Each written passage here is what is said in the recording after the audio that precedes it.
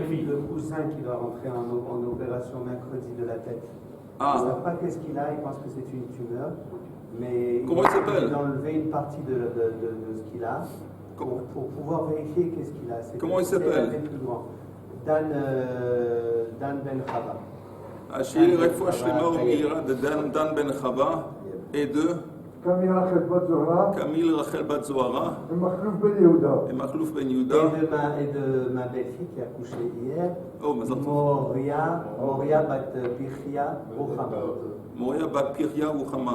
Uri Ben Eliezer. Et Uri Ben Eliezer. Ensemble avec tous les Cholé Am Israël.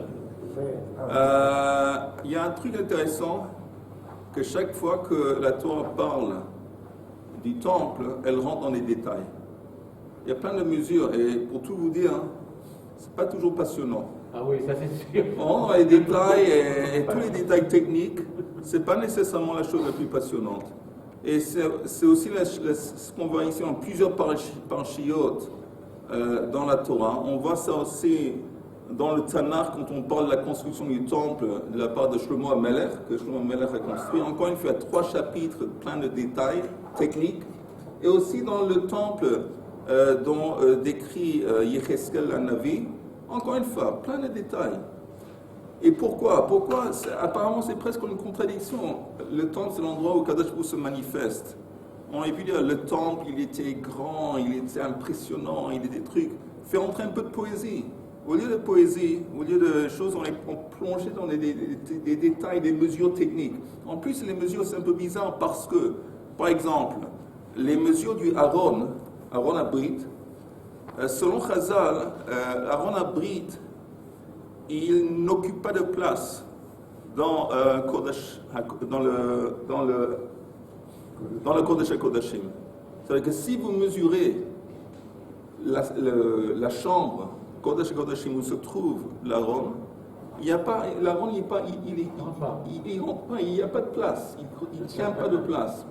Alors si c'est un truc miraculeux où l'Aaron il ne tient pas de place, pourquoi insister sur les mesures? C'est une question.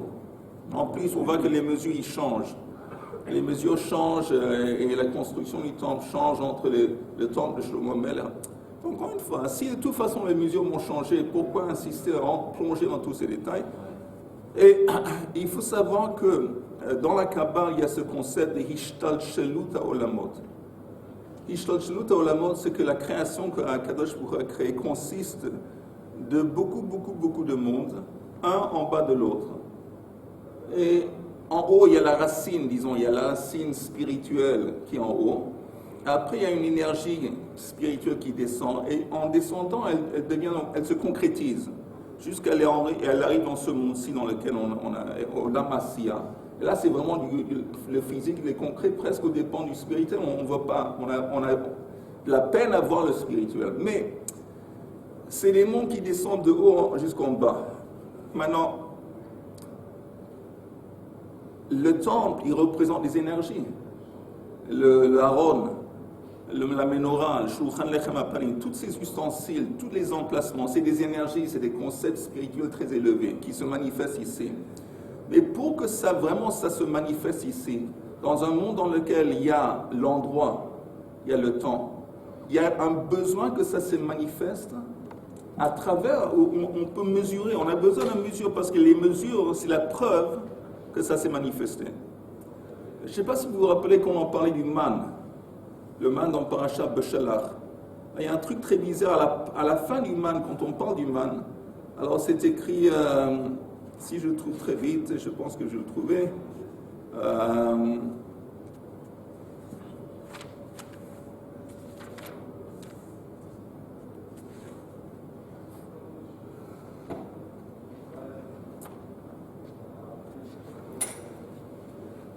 voilà, à la fin du man, c'est écrit dans la Torah, Ve'ha'omer asirit ha'efahu.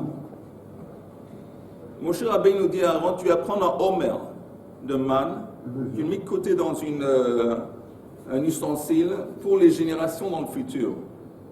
Et la Torah mesure, elle dit, tu sais, le homer correspond homer asirit ha'efahu. Apparemment, strictement sans intérêt. strictement sans intérêt. On s'en fout, c'est 1 kilo, autre, 200 grammes, 300 grammes, et la réponse est encore une fois, c'est super important, parce que si quelque chose se manifeste dans ce monde-ci, par définition, il doit être mesuré, il doit être quantitatif. C'est la preuve qu'il existe. La preuve qu'il existe. Vous savez qu'aujourd'hui, que les scientifiques, ils ont trouvé, apparemment, quand un homme il aime une femme, l'amour. Alors ils sont arrivés à trouver des hormones ou des trucs, il y a une manifestation, disons, chimique, au niveau de la chimie, de ce qui s'appelle l'amour. Maintenant, ça ne veut pas dire que l'amour, c'est un truc qui est simplement, comment on dit, chimique. Chimique, c'est pas chimique. Mais entre autres, ça se manifeste à travers la chimie.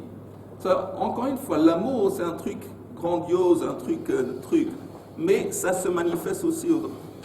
Tout ça, c'est important vis-à-vis de quoi? Encore une fois, si la Torah, toutes ces énergies qui viennent d'en haut, si ça se manifeste en bas, ça doit adopter, ça doit se manifester à travers les conditions physiques qui font partie de ce monde, y compris l'espace. L'espace, c'est les mesures.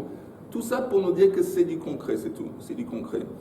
Et je me rappelle que souvent au début, quand j'étais à des mariages, j'étais un petit peu choqué. Parce que sous la roupa, un moment tellement grandiose, un homme et une femme qui se rencontrent ensemble, qui vont commencer une vie ensemble, et tout à coup, il y a la récitation de la Ketouba. Et la récitation de la Ketouba, c'est encore une fois, c'est les engagements assez techniques de la part du mari envers la femme.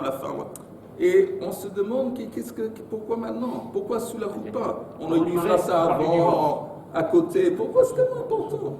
Et au contraire, ça, c'est une expression concrète de l'engagement. Ok, il y a de la passion, il y a des sentiments, mais on a besoin que ça se manifeste dans le monde concret.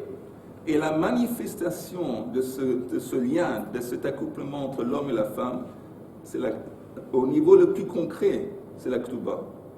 Et c'est pour ça que c'est super important, très important. De toute façon. Ça, c'est la belle-mère qui garde la Ketouba. La belle-mère qui garde la Ketouba. C'est faux, hein? Qu'est-ce qu'il faut? Il doit l'avoir dans la maison, le couple, c'est pas la belle-mère. Ben, Il y a moyen de pression, mais c'est une erreur. Tu dois l'avoir chez toi. Oui, c'est vrai. C'est très important de l'avoir chez toi. Non, c'est vrai que normalement la Touba elle est chez le couple, mais au début, il y a une coutume au début que c'est chez. Mais en fin de compte, tu as raison, c'est censé être chez le couple.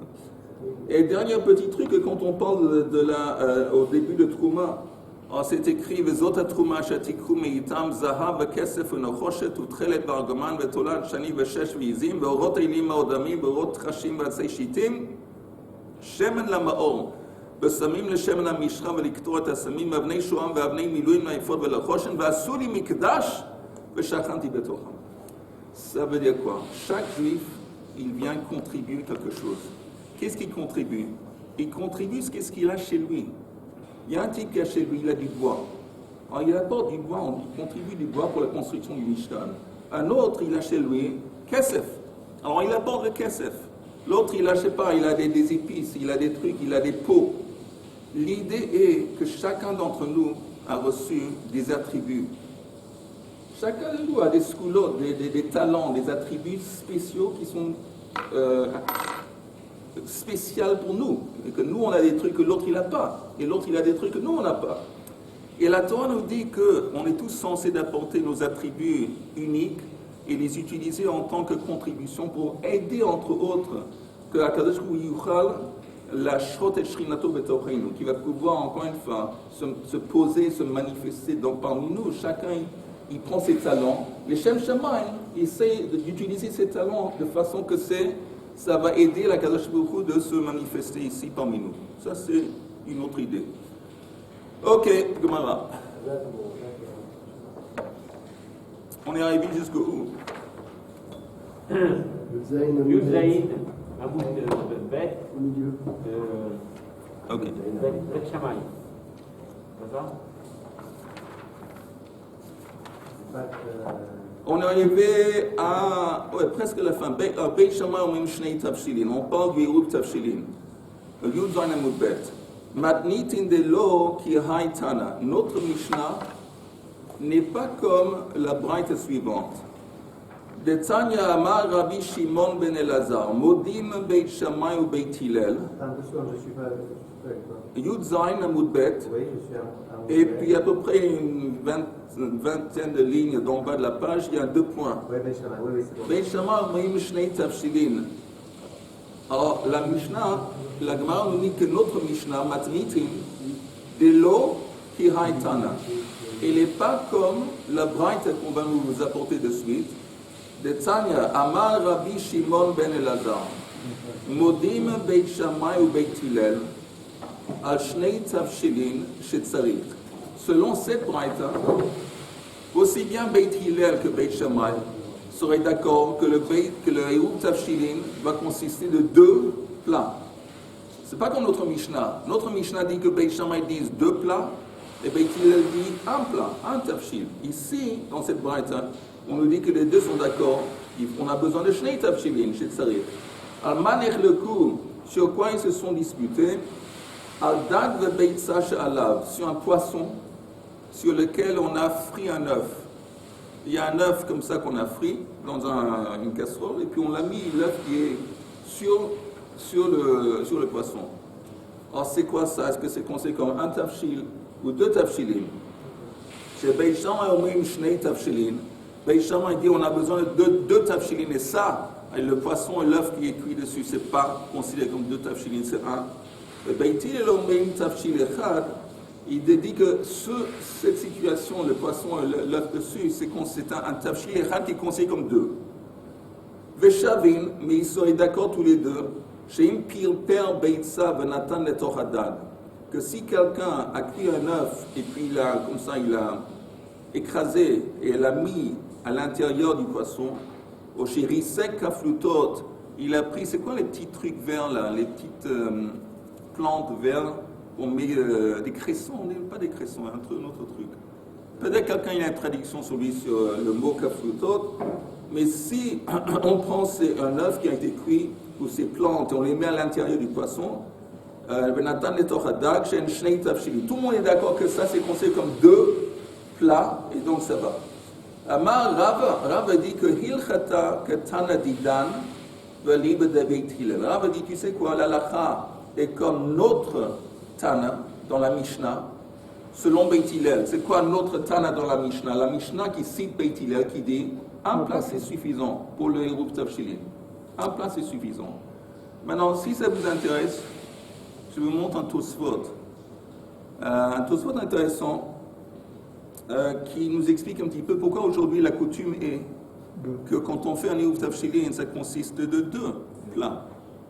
En dépit du fait qu'on voit ici que la Gemara dit la lacha est comme Beit Hillel dans la Mishnah qui dit que 1 plat. Alors regardez le Tosfot. Amar Rabba Hilchata Katana Didan Valibe de Beit Hillel. Piresh Rashi Valibe de Beit Hillel de Keamar Tafshil Echad. Donc ça veut dire quoi comme Beit Hillel? Dans la Mishnah qui a dit qu'un plat c'est suffisant pour les Eruv Tafshilim. V'amar Rabbeinu Tam de l'Afia Sarich l'Arev Gam Bepat. Rabbeinu Tam il dit mais que tu saches que quand on parle de pain, c'est-à-dire que si pendant Yom Tov, le type il veut cuire du pain, pas seulement cuisiner, mais cuire du pain pour Shabbat, il a besoin que dans son Eruv Tafshilin, il va y avoir un plat qui est cuit. Il va y avoir du pain. Il ne peut pas se contenter d'un plat cuisiné. Pourquoi pas? On va selon l'opinion de Rabbi Eliezer, de Amar.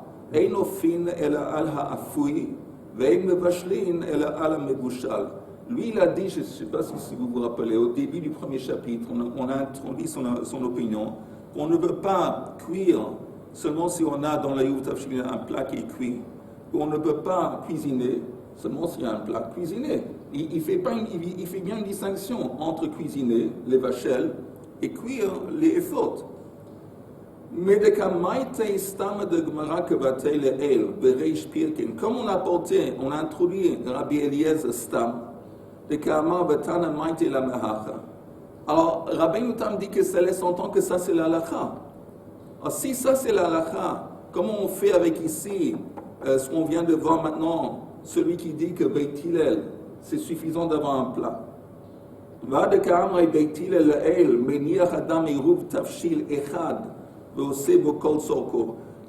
Il fait un plat, et ce un plat cuisiné va lui permettre de faire toutes les préparations différentes de nourriture qu'il va avoir besoin, que ce soit grillé, que ce soit mettre au chaud, l'atmine, que ce soit cuire. Tout ça c'est permis, un plat c'est suffisant. Il dit, si tu vas comme Rabbi Eliezer, qui dit que pour cuire les efforts, tu as besoin, dans les Eruv Tavshilin, d'un plat qui est cuit, donc du pain. Comment tu expliques ici que Beit Hillel, il dit un plat c'est suffisant. Même si tu veux cuire, tu as un plat qui est cuisiné, ça va être suffisant pour te permettre aussi de cuire. Alors Tosfot il dit, Amay de Kamar Beit Shammai, pardon, Ose Kol Sorko, Kai Amay de Kamar Beit Shammai. Beit Hillel, quand il dit un plat c'est suffisant pour tout, c'est une réponse à Beit Shammai. Beit Shammai, qu'est-ce qu'il a dit? En tomnin et achamin, la imken hayulo chamin tumunin.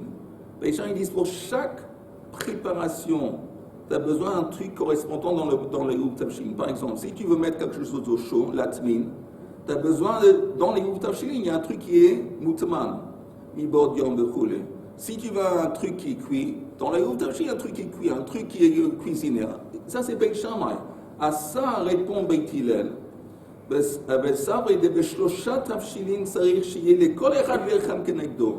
ועל זה כמיירי בית הלל, ואמרי דעל תבשיל אחד עושה בו כל צורכו. עשה Beit Hillel, non, un plat c'est suffisant. Mais ça veut dire quoi un plat c'est suffisant? כלומר, כל מיני תבשילין, כגון חמין וכיוצא בו. Il y a un plat c'est suffisant pour toutes les espèces différentes de cuisine et de mettre chaud. Mais il ne parle pas, selon Rabbeinu Tam, il ne parle pas de cuire.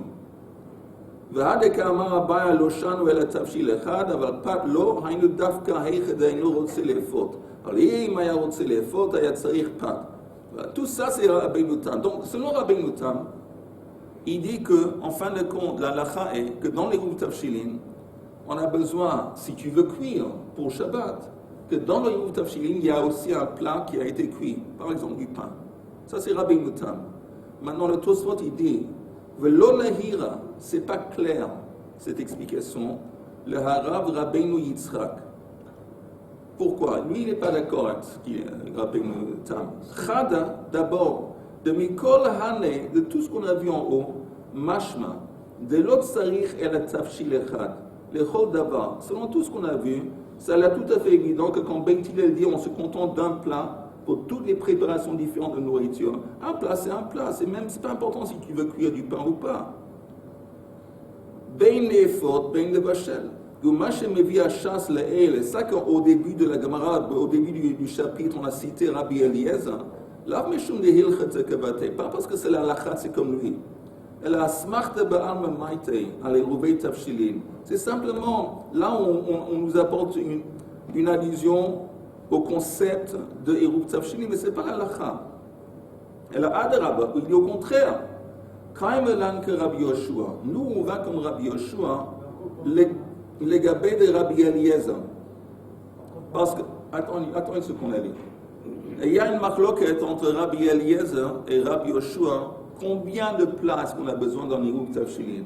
Et lui, il dit qu'on va comme Rabbi Yoshua contre Rabbi Eliezer, toujours. Pourquoi? De Rabbi Eliezer Shamut Yehu. Rabbi Eliezer a été mis en quarantaine. On sait, vous savez, le Tanuro Shlachnai, cette fameuse histoire que Rabbi Eliezer, en fin de compte, on l'a mis en quarantaine. Et Rabbi Yoshua n'a pas l'égalé. Et Rabbi Yoshua est contre lui dans le Talmud Yerushalmi.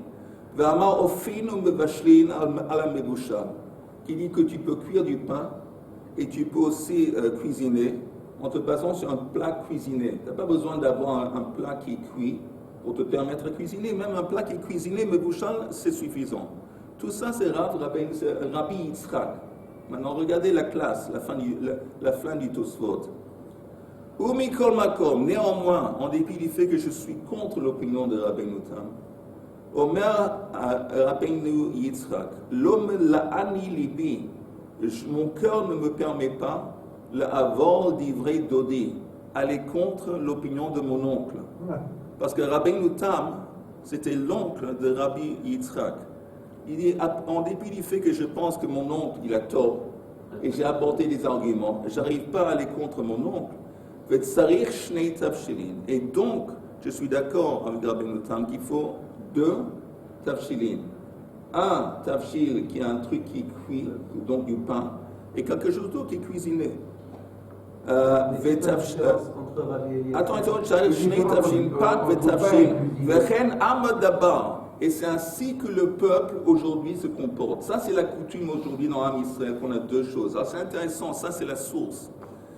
Aujourd'hui, quand on fait un Eruv Tafshilin, ça consiste toujours d'un plat quelconque qui est cuisiné. Ça peut être un œuf. Non, souvent c'est un œuf. Mais ça peut être n'importe quel plat cuisiné. Un morceau de viande cuisiné, un morceau de poisson, un truc cuisiné et un morceau de pain. Et pourquoi? À cause de Rabbeinu Tam. Oui, une matzah aussi, ça mange. Oui. Et tout ça à cause de Rabbeinu Tam. Et en dépit du fait que Rabbi Yitzhak dit, mais c'est faux ce qu'il dit. Il apporte des bons arguments pourquoi que c'est faux. À cause du respect qu'il ressent envers de son oncle, il dit, j'arrive pas à le contredire, et donc on va se comporter comme lui. Ça, c'est intéressant de voir la source de la halakha, sur quoi c'est basé. Oui. C'était par rapport à... Ah, tu sais quoi, pardon, d'abord il y a Ellie qui voulait demander une question, et après je retourne à ta question. Ellie. Il y a quelque chose qui est pas chou. Les loups d'Archidine, son but, c'est de nous permettre de cuisiner. Pour le lendemain, au Shabbat. Marachou, qu'est-ce qu'il y a d'important qui est un plat ou 2 plats? Ici, il y a une marloquette, toute une page, pour savoir si c'est un plat ou 2 plats. Mazé Rachou. Mais tout est dans les détails. Quelque chose pour permettre de cuisiner. Qui est un œuf ou qui est un plat de couscous, ça n'a pas d'importance. Parce que la réponse à ta question est que l'idée du Eruv Tafshilin, c'est qu'on ne veut pas mépriser Yom Tov, et que pendant Yom Tov, je m'occupe de quelque chose qui n'est pas Yom Tov. Je m'occupe de préparer pendant Yom Tov un repas pour Shabbat. C'est comme un mépris vis-à-vis de Yom Tov. Donc, comme la veille de Yom Tov, je mets en place un Eruv Tafshilin, il savait que pendant Yom Tov, quand je cuisine, je ne fais que de continuer un processus qui a été mis en marche déjà, pas pendant Yom Tov, la veille. Continuer un processus, c'est pas autant méprisable que de commencer le processus. Alors, attends une seconde. Alors, quand je continue le processus, je vais répondre. Alors, quand je continue le processus de quoi? Si j'ai commencé à cuire les efforts, alors, ok, j'ai commencé à les efforts, alors je peux les efforts. Mais si je n'ai pas commencé dans mon Eruv Tafshilin, je n'ai pas mis du pain, et là je commence à faire du pain pendant Yom Tov pour Shabbat, il savait que j'entame, maintenant je commence la préparation. Parce que je n'ai pas eu avant, je n'ai pas commencé à cuire du pain. Je commence à cuire du pain maintenant. Et ça, c'est la marloque. Quelqu'un te dit, tu sais quoi? Ok, tu dois simplement continuer un truc que tu as entamé la veille. Mais quoi? Alors, la halakha est selon Beit Hillel, c'est pas important. N'importe quel plat cuisiné va te permettre de faire toutes les préparations différentes, que ce soit la tmine, les vachelles, les fautes. Mais, selon Rabbeinu Tam, non. Il dit que pour cuire, tu as besoin d'un pain. Parce que si tu vas cuire du pain et tu n'as pas un pain, il savait que maintenant, tu commences une préparation pour Shabbat. Et commencer une préparation, c'est méprisable vis-à-vis de Yom Tov. Ça, c'est l'idée. Ça, c'est l'idée. Chaim. Je voulais savoir s'il y avait une différence entre la vie de Rabbi Eliezer et de Rabbeinu Tam. Non, c'est Rabbeinu Tam qui se base sur la Gemara qui cite Rabbi Eliezer au début du 2e chapitre. Il dit, on voit la façon qu'il est cité, qu'il semble que ça c'est la halakha. On le cite comme si il ne s'est pas contesté. Et c'est apporté comme quand on parle des Eruv Tafshilin, on l'apporte Rabbi Eliezer qui dit, bon, tu vois bien que c'est présenté comme si ça c'est la halakha. Il y a Rabbi Yoshua qui dit que non. Et Rabbi Yoshua dans le Talmud Yerushalmi, il dit que non. Et donc le Rabbi Yitzhak qui dit à la fin, et on sait que c'est une marloquette entre Rabbi Yoshua et Rabbi Eliezer, tout le temps on va contre Rabbi Yoshua. Parce que Rabbi Eliezer, ou Shamutei, il a été mis en quarantaine. Et Rabbi Yitzhak, il n'a rien à voir avec Rabbi Natan? Rabbi Natan, c'est son oncle. C'est son oncle. C'est son oncle. Rav, est-ce que par rapport à la question de Yehudi, est-ce que c'est pas lié au fait qu'on nous dit à la fin du Tosfot, puis à la fois dans le Eruv Tafshilin on fait deux plats à la fois pour le pâte et à la fois un plat ragil? C'est-à-dire qu'est-ce qu'il n'y a pas un yan du fait que le fait de faire du pain et que le pain il a une fonction différente qu'un plat ragil de couscous? Oui. Donc, c'est bien ça la raison. La raison est, selon Rabbi Tam, que si tu veux commencer de préparer du pain, tu ne peux pas commencer à cuire du pain pendant Yom Tov pour Shabbat. Parce qu'encore une fois, c'est un manque de respect pour Yom Tov de commencer à préparer la nourriture pour Shabbat. Mais si dans ton Eruv Tafshilin que tu as mis en place la veille, tu as déjà commencé, tu as déjà mis du pain, encore une fois, il s'avère que tu ne commences pas à préparer, tu ne fais que de continuer une préparation qui a été mise en place la veille. Donc c'est déjà moins méprisable.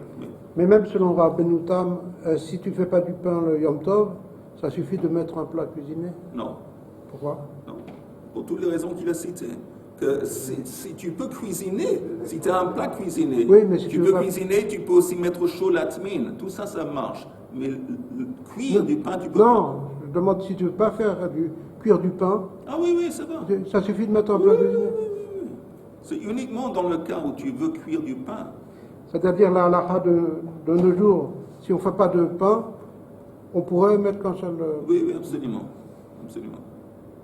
En plus, là, même si tu mets un plat, ça marche Bidi Abad. Parce qu'il finit le Tosfot en disant Vechen Amad Dabar. C'est ainsi que la coutume. Aujourd'hui, la coutume, c'est qu'on fait deux plats, deux trucs, dont un truc qui est cuit. Mais c'est une coutume. C'est pas. Ok, Mishnah. Chal. Ah, je m'excuse, il y a encore deux lignes de Gemara. Achalo o Shabbat. Si le type il a mangé son Eruv Tafshilin ou l'Eruv Tafshilin il s'est perdu, on ne peut pas continuer à cuisiner parce qu'on ne peut seulement cuisiner pour le lendemain tant qu'il y a un petit peu d'Eruv Tafshilin qui est toujours en place. Amarabaya naktinen hitril beisato veneechal eruvo gomer. Alors, la Gemara, il dit, tu sais quoi, si tu as déjà commencé à ta pâte pour faire du pain, alors même si l'Eruv Tafshilin a été mangé ou perdu, comme tu as déjà entamé la pâte, alors tu peux continuer. C'est une précision. Vous entendez? Tu ne peux pas commencer à cuire ou à cuisiner si l'Eruv Tafshilin il est plus en place, il a été perdu ou mangé. Mais si tu as entamé, disons, la pâte pour le pain, et après il a été perdu, il est devenu perdu, c'est pas important, tu peux finir. Ça, c'est la fin. Mais dans le Noussach de Eruv Tafshilin, on dit aussi que on fait aussi pour tous les gens de la ville et tout ça. Donc on peut être sommaire sur son voisin qui a fait l'Eruv. Bien, écoute, je vais te dire, c'était un des jours où tu n'étais pas là. On a déjà appris ça. On s'est permis d'apprendre ça en dépit du fait que tu n'étais pas un des nôtres. Tu nous pardonnes? Oui. On a parlé sur ce sujet. Machul lachem. Ok, Mishnah. Chal liyot achar Shabbat. Si on a un Yom Tov, pas avant le Shabbat, après le Shabbat, le dimanche, Chal liyot achar Shabbat, Beit Shammai omrim matbilin et hakol melifnei Shabbat. S'il y a besoin de tremper des choses dans un mikveh, que ce soit des ustensiles, que ce soit des personnes. En Beit Shammai, il dit on doit se tremper dans le mikveh, on doit tremper les ustensiles avant le Shabbat. On ne peut pas aller au mikveh ou tremper les ustensiles ni le Shabbat ni le Yom Tov. Beit Hillel omrim kelim melifnei Shabbat. Je suis d'accord que les kelim, on doit les tremper dans le mikveh avant le Shabbat, ve'adam be'Shabbat. Mais un homme, si un homme doit se tremper dans le mikveh, il pourrait se tremper dans le mikveh pendant le Shabbat, pour se rendre pur pour le Yom Tov. Parce qu'un homme, surtout à l'époque du temple, il y a une mitzvah de se purifier avant Yom Tov. Pourquoi? Parce qu'à la belle époque où il y avait le temple, on ne pouvait pas rentrer dans le temple sans être dans un état de pureté. Et même les gens qui pensaient qu'ils étaient purs, moi je sais pas tout pour être sûr, ils allaient au mikvah pour se permettre de rentrer dans le temple. Vous ne pouvez pas rentrer dans le temple sans aller au mikvah. Veshavin, tout le monde est d'accord, chez Mashikin et Amaim, Bekli Even, les Taharan, qu'on peut purifier l'eau dans un ustensile de pierre, Avelo Matbilin, mais on ne peut pas tremper l'eau dans un cli qui est impur. Tremper l'eau, on va en parler tout de suite, je vais expliquer tout de suite. L'eau matbilin, ou matbilin mi gav le gav, ou mi chabura le chabura. On va en parler plus tard, mais vous entendez, on va voir ça dans le Rashi. On ne peut pas purifier dans le mikvah ni de la nourriture qui devient impure, ni de la boisson qui devient impure. Ça n'existe pas, on ne peut pas. Il y a une exception à la règle de l'eau. S'il y a de l'eau qui est impure, il y a une façon de le rendre pur dans le mikvah. Comment on fait? On met de l'eau dans un ustensile de pierre. Pourquoi un ustensile de pierre? La pierre ne reçoit pas la touma. Maintenant, cet ustensile est plein d'eau, il y a une petite ouverture. On le met dans le mikvah. L'eau qui est à l'intérieur de l'ustensile, il ne va pas sortir. À cause de la pression de l'eau du mikvah, il ne va pas sortir. En attendant, il y a un contact qui est fait entre l'eau dans le kli et l'eau dans le mikvah à travers l'ouverture. À travers ce contact, l'eau qui est dans le kli devient pure. Et par l'inverse? C'est quoi l'inverse? Que l'eau qui est dans le mikvé devient impure? Non. Pourquoi? Ça n'existe pas, ça. L'eau qui est dans le mikveh qui devient impure. Quand tu trempes quelque chose d'impur dans le mikveh, tant qu'il y a une quantité suffisante, 40 CA d'eau, c'est le truc impur qui devient pur. Okay. Mais, ça c'est l'idée, ça s'appelle Hashaka. On va voir le Rashi, je vais vous lire le Rashi qui explique ce concept. Regardez le Rashi qui dit Veshavin, chez Mashikin et Amaim. Vous voyez le Rashi? Au milieu du Rashi. Première ligne. Première grande ligne. Shavin chez Mashikin et Amaim. Mishi yesh lo maim yafin lishto. Quelqu'un qui a de l'eau potable chez lui à boire. Venitmeu. Il y a un problème que cette eau est devenue impure. Mais malé mehem kli even. Il remplit un kli de pierre avec cette eau. Venotnam be mikveh maim meluchim. Chez Mashik, Maim le Maim. Jusqu'à Mashik, ça vient un petit peu comme le mot Neshika. Neshika, c'est un baiser. C'est quoi un baiser? Qui a Contact. Un contact. Et la même chose ici avec l'eau. Chez Mashik, Maim le Maim. Venimseu einu zruim. Vemechubarim le mea mikveh. Il s'avère que l'eau dans le kli, c'est comme s'il a été planté dans le mikveh. Il devient annulé vis-à-vis de l'eau du mikveh.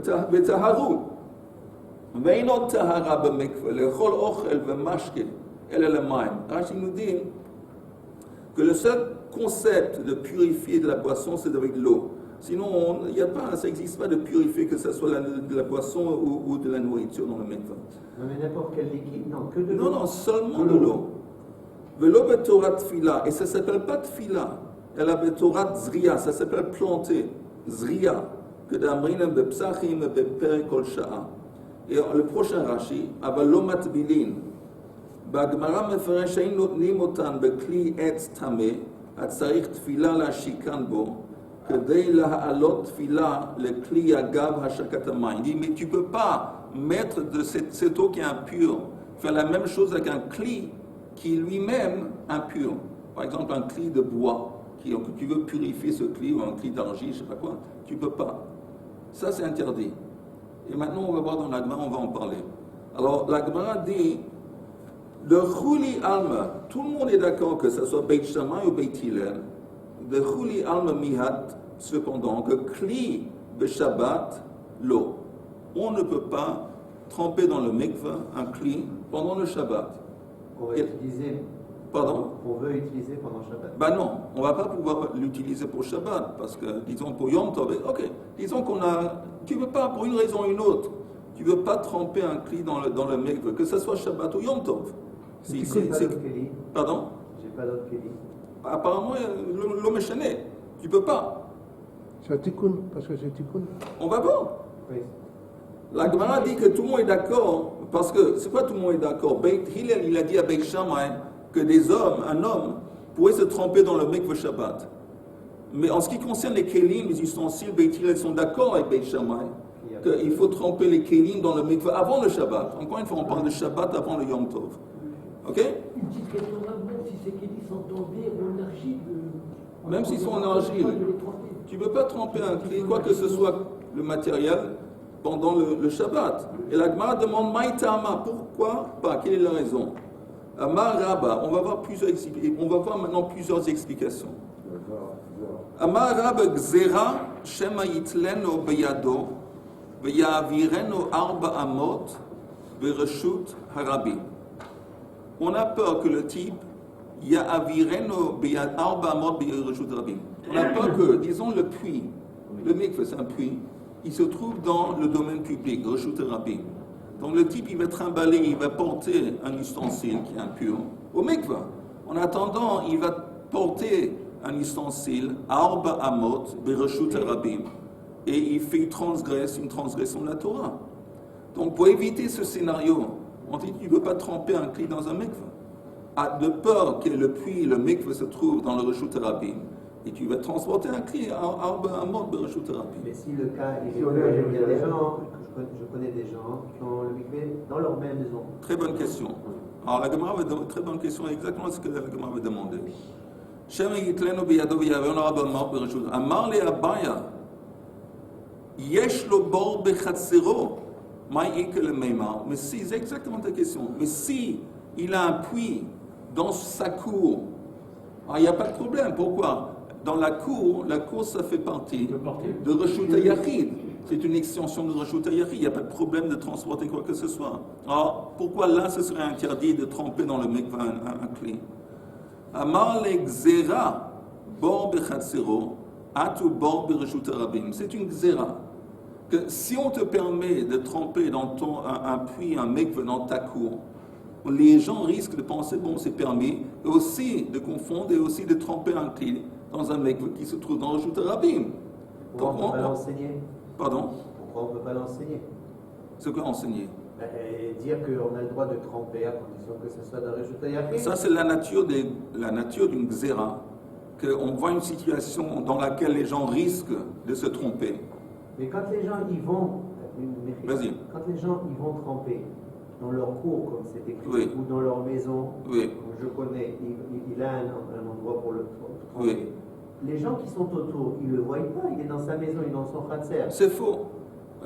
Il y a quelqu'un qui passe par la route, par le chemin, Oui. et il voit son voisin qui porte un truc de chez lui dans la maison jusque de la cour.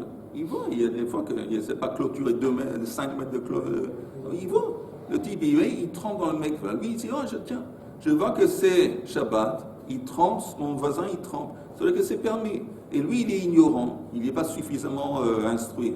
Et il dit, bon, c'est permis aussi de tremper dans un n'importe quel. L'exemple que je parlais, c'était au moins un, et on ne voyait pas du tout ce qui se passe dans Non, la c'est rue. possible qu'on voit. Là, il y a le cas de la ville où il y a un héros, donc c'est la même chose. Si un hérouf, c'est la même chose. Mais souvent, il n'y avait pas d'hérouf. Mais la Gemara demande une autre question. Encore une fois, Gzera bor bechatzero atu bor bereshut harabim. Hatinach Shabbat. Ok, je comprends qu'il y a un problème le Shabbat. Yom Tov, mai ike le meima. Mais Yom Tov, il n'y a pas de problème. Parce que Yom Tov, on a le droit de porter des objets dans le domaine public, dans le Reshut Harabim. Je veux bien qu'il y ait un problème, un interdit de tremper un clé le Shabbat, de peur que quelqu'un va transporter un clé d'aller d'amot de Reshut Harabim, mais Yom Tov, pourquoi ce ne serait pas permis? On a le droit de transporter Yom Tov dans Reshut Harabim. Et la grande répond encore une fois. Gazrou Yom Tov à tout Shabbat. On a interdit Yom Tov de peur qu'encore une fois Shabbat, ils vont faire ça Shabbat. Et c'est comme en fin de compte une xéra l'exéra. On dit puis il fait que Tosfot dit que non, mais c'est pas important. C'est comme une xéra l'exéra. Tu interdis Yom Tov à cause de Shabbat. Et même Shabbat, que tu as interdit que ça soit dans la cour à cause dans le Reshut Harabim, tu fais beaucoup d'exérotes ici. dans le contexte de tremper dans un cli. Il y a des trucs qui sont Vas-y, allez. difficiles à avaler quand même. Parce que de toute façon, on sait très bien que le Shabbat, c'est pas le moment d'aller tremper quelque chose. C'est pas le jour. Or, après Yom Tov, on l'interdit aussi parce que c'est pour Shabbat, etc. Il y a des choses qui sont on se pose des questions. Il y a un imprévu. C'est pas quelque chose qui est. C'est rare. Il y a un imprévu. C'est pas quelque chose qui est logique, on dit bon, ça c'est bien. Mais là, on discute sur quelques lignes déjà, de tremper le truc de Shabbat, alors qu'on sait très bien que le Shabbat, c'est pas le jour. Qu'est-ce que je veux dire? On sait très bien parce qu'on a appris la halakha. Mais qui te dit, justement, qui te dit que c'est pas le jour? Qui te dit qu'il y a un problème de tremper dans le mikvah? Depuis que je suis tout petit. Oui, mais attends, depuis que tu es tout petit, mais ici la Gemara parle avant presque 2000 ans, avant que tu étais tout petit. Et les gens, ils ne savaient pas à l'époque que c'était problématique. Comment est-ce qu'on sait que c'est problématique? On retourne à la source. La Torah, elle change avec le temps. Non. Oh. La Gemara... On insiste sur un truc, on sait très bien que le Shabbat, il n'y a pas de mikveh. Mais justement, comment on sait? C'est ça la Gemara est en train de rechercher cette seconde. Comment on sait que c'est interdit? La première explication que nous présente la Gemara, parce qu'il y a un problème, une xéra, on ne veut pas arriver à une situation où le type il transporte un cri arba à mode de Reshut Rabim. Okay, et on fait plein de xérot. Maintenant la Gemara demande, mais qui te dit qu'on fait tellement de xérot? Au migazrina. Et maintenant cette page, on va pas la faire maintenant, mais elle va apporter plein de cas où si c'est vrai qu'on fait des xérotes, ça devait être interdit et néanmoins on permet. On va voir le premier cas. Ça devait être permis, ça devait être interdit. Si on fait des xérotes, ça devait être interdit et néanmoins on voit que c'est permis. Donc premier exemple, Migazrinan, Vehatna, et pourtant c'est enseigné dans notre Mishnah, Veshavin shemashikin et amaim, Bekli even et taharan. On avait dit que c'est permis de tremper de l'eau dans un ustensile de pierre pendant le Shabbat, et pendant Yom Tov, on peut faire ça, aval, mais l'eau matbinin, on ne peut pas mettre de l'eau qui est impure dans un cli qui est impur et profiter de ça pour aussi purifier le cli. Ça, on ne peut pas faire. Et la Gemara dit, si c'est vrai qu'on fait des xérotes, si c'est vrai toute ton histoire qu'on fait plein de xérotes dans le contexte de mikvah, Nexor hashaka atu hatbala. On devrait interdire de purifier l'eau à travers hashaka, de peur que le type il va aussi purifier l'eau à travers hatbala et mettre de l'eau impure dans un cli qui est impur. Si c'est vrai qu'on fait des xérotes. Et la Gemara répond, est-ce que tu penses vraiment dire un tel truc, un tel argument? Si le type il avait chez lui, à part l'eau en question, il y avait d'autres eaux qui est potable et pure. Pourquoi est-ce qu'il a besoin de tremper de l'eau dans le mikvah? Il n'a qu'à prendre l'autre eau qu'il a chez lui, qui est disponible et qui est potable, et les utiliser. Qu'est-ce que ça laisse entendre? Elle a de lait. Il n'a pas une autre eau, à part l'eau qu'il a mis dans le cli. Encore une fois, si le type, il avait chez lui une autre quantité d'eau, il n'a pas besoin de faire tout ce cinéma, de purifier l'eau dans un ustensile de pierre. Il n'a qu'à utiliser l'autre eau qu'il a disponible. Ça laisse entendre qu'il n'a pas une autre eau qui est potable. Alors, si le seul eau qu'il a à la maison qui est potable, c'est ça, normalement on fait attention. On fait attention de que cette eau, on va le préserver et qu'elle ne va pas devenir impure. C'est un cas rarissime. En dépit du fait qu'il a une petite quantité d'eau, que normalement il prête attention, il garde cette eau, qu'elle ne va pas devenir impure par exemple, néanmoins ça devient impur, c'est un cas rarissime. L'eau shachir, on ne fait jamais des xérotes sur des cas rarissimes. Alors ça c'est ce que la Gemara dit. Encore une fois dans les mots on finit. S'il avait d'autres eaux qui étaient potables chez lui à la maison, pourquoi il a besoin de faire hashaka cette eau-là? Elle a plutôt de lait. Il n'a pas une autre eau qui est potable. C'est la seule eau qui est potable, c'est celle-là.